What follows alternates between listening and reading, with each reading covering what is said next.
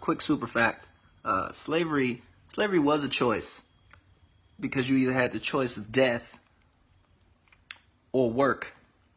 But peep how the white man used death to keep slaves. So they would choose slavery. Africans of the time believed that when you died, you were resurrected to go back and be with your ancestors. So certain slaves chose to just die or run off or commit suicide to go back with their ancestors. There are no real taboos on suicide. What the slave masters would do is they would take the bodies and cremate them or destroy them or cut off the limbs of runaway slaves or slaves who committed suicide to keep them from being able to resurrect and go back and be with their ancestors. So not only did the slave masters take their freedom, they also took away the freedom that they would have in death. And so that forced a lot of slaves to choose to stay in slavery. But nigga, what? And just to kind of add on to the point that I made before about slavery being a choice. Understand that slavery started not in America. The process of becoming a slave, it didn't start when you got to America or got to Jamaica or got to somewhere in the Caribbean. Slavery started when you got to the shores in Africa. It actually started the moment that you might have got kidnapped from your village.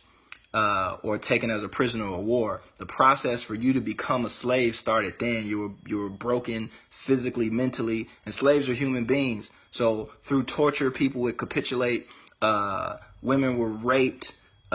People were just broken down mentally, physically, spiritually, emotionally, linguistically unable to communicate with their fellow person because they were from a different tribe. And all that took place in Africa at the slave castles.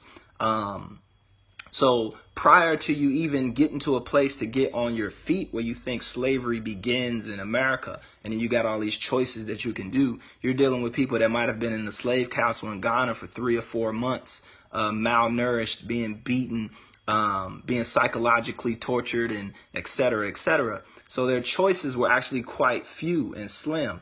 What you see in a lot of the revolts is certain slaves who were already either... what you see in a lot of the revolts is certain slaves who were already either active militarily to a certain degree, or were so ingrained. Think about Toussaint, right? In Haiti. Toussaint wouldn't have been able possibly to overthrow or have that revolt if he couldn't speak French. So you got somebody who already had to be incorporated inside of the society itself to even have the choice to revolt. Or overthrow the shackles of slavery in the face of all of the other kind of pieces and parts that go along with them becoming slaves. So understand that slaves are humans.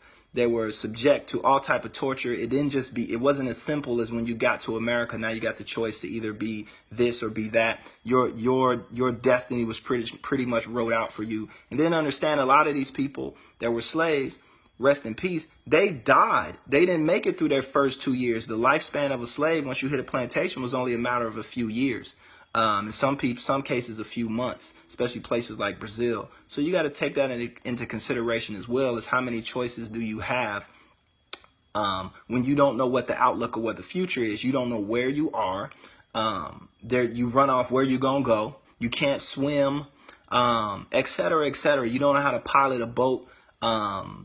There's a lot of factors which physically and environmentally occur for people to choose that type of lifestyle. It's no different than if you were put as a modern person put into those same positions today. No matter how radical or rebellious a gangster you think that you are, if somebody puts you in a position to be tortured, if that was the case, why do people stay in prison? Right? Because they can't get out that bitch. So, I mean, take all that in consideration and add that to the context. But still, nigga, what the fuck are you talking about? And just one final point with the choices, and I promise this is it. I'm gonna talk about no more.